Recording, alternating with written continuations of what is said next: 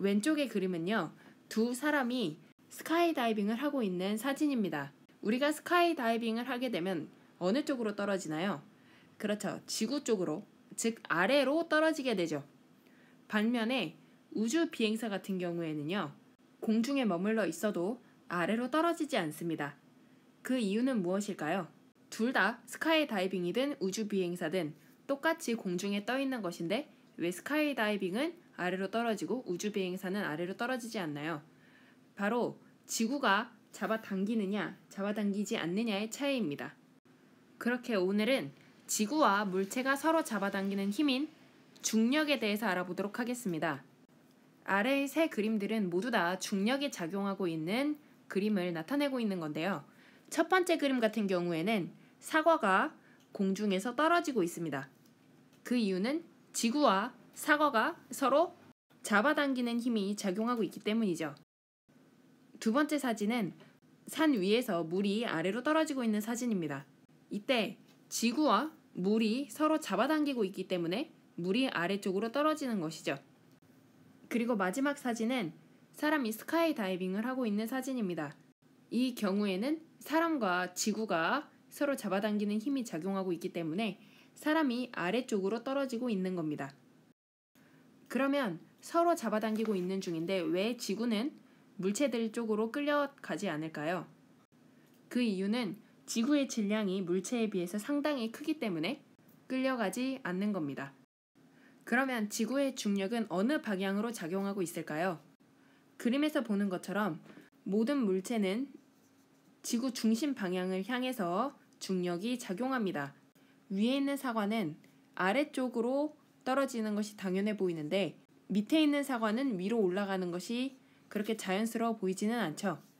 하지만 이 사과에도 동일하게 중력이 작용하고 있기 때문에 지구 중심 방향으로, 즉 우리가 봤을 때는 위쪽 방향으로 올라가야 되는 것이 맞습니다. 이처럼 중력은 모두 다 지구 중심 방향으로 작용하고 있습니다. 그러면 무게가 무엇인지에 대해서 알아볼까요? 무게라는 것은 물체에 작용하는 중력의 크기입니다.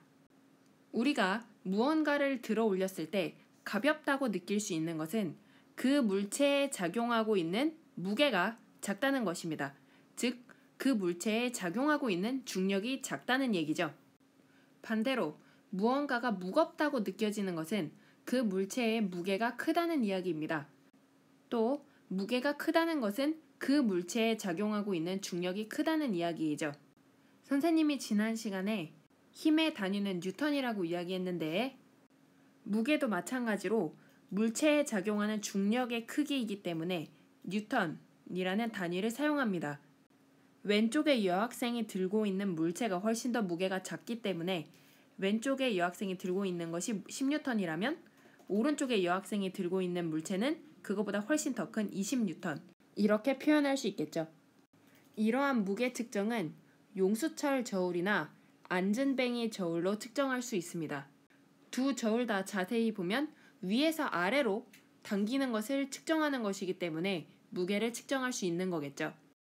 그러면 지구에서 무게가 600뉴턴이었던 사람이 우주로 가면 무게가 어떻게 될까요?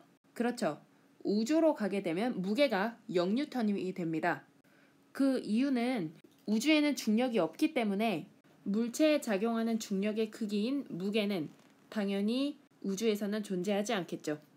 그러면 지구에서 무게가 600뉴턴이었던 사람이 달에서는 몇 뉴턴이 될까요? 달은 지구보다 중력이 6배나 약한 곳입니다. 그렇기 때문에 지구에서 무게가 600뉴턴이었던 사람은 달에 가면 중력이 6분의 1로 줄기 때문에 달에서는 무게가 100뉴턴이 될 것입니다. 그러면 600뉴턴이었던 사람이 달에 가면 100뉴턴이 된다고 했으니 무게가 줄었으니까 그만큼 날씬해졌다고 이야기할 수 있을까요? 그렇지 않습니다. 그 사람을 잡아당기고 있는 중력의 크기가 6분의 1로 준 것이지 그 사람이 가지고 있는 고유의 양은 사라진 것이 아니겠죠. 물체가 가지고 있는 고유한 양을 질량이라고 이야기하는데요. 그러면 이 사람은 무게는 달로 가서 6분의 1로 줄었지만 질량은 달에 가서도 변하지 않았다고 이야기할 수 있겠습니다. 이러한 질량은 양팔 접시 저울로 측정할 수가 있는데요. 왼쪽에는 질량을 측정하고자 하는 물체를 두고 오른쪽에는 양팔 접시 저울이 평행이 될 때까지 추를 하나씩 올려놓는 겁니다. 이런 방식으로 하게 되면 중력이 얼마인지는 상관하지 않고 물체가 가지고 있는 고유한 양을 측정할 수가 있겠죠. 아까 무게의 단위가 뉴턴이었다면 질량의 단위는 그람이나 킬로그램이 됩니다. 그러면은 일상생활 속에서 몸무게의 단위는 주로 킬로그램을 쓰는 경우가 많은데 왜 질량을 측정하는 단위인 킬로그램을 왜 몸무게의 단위로 쓰는 걸까요? 그 이유는 그람과 킬로그램이 우리 일상생활에서 훨씬 더 많이 쓰이는 단위이기 때문에 편의를 위해서 무게의 단위를 그람이나 킬로그램을 이용하는 경우가 있는 겁니다. 하지만 과학에서는 무게의 단위는 뉴턴, 질량의 단위는 그람이나 킬로그램을 구별해서 사용합니다. 지구에서는요, 1kg의 물체에 작용하고 있는 중력의 크기는 약 9.8 뉴턴 정도 됩니다. 그러면 질량이 60kg인 사람이 무게는 60 곱하기 9.8 정도에서 588 뉴턴 정도 작용한다는 얘기겠죠. 그러면 달에서는 질량은 고유한 양이기 때문에 60kg이 변하지 않고 그대로 나타날 것이고요. 반면에 중력은 6분의 1로 줄었기 때문에 무게는 588 곱하기 6분의 1 해서 98 뉴턴 정도로 나타날 것입니다.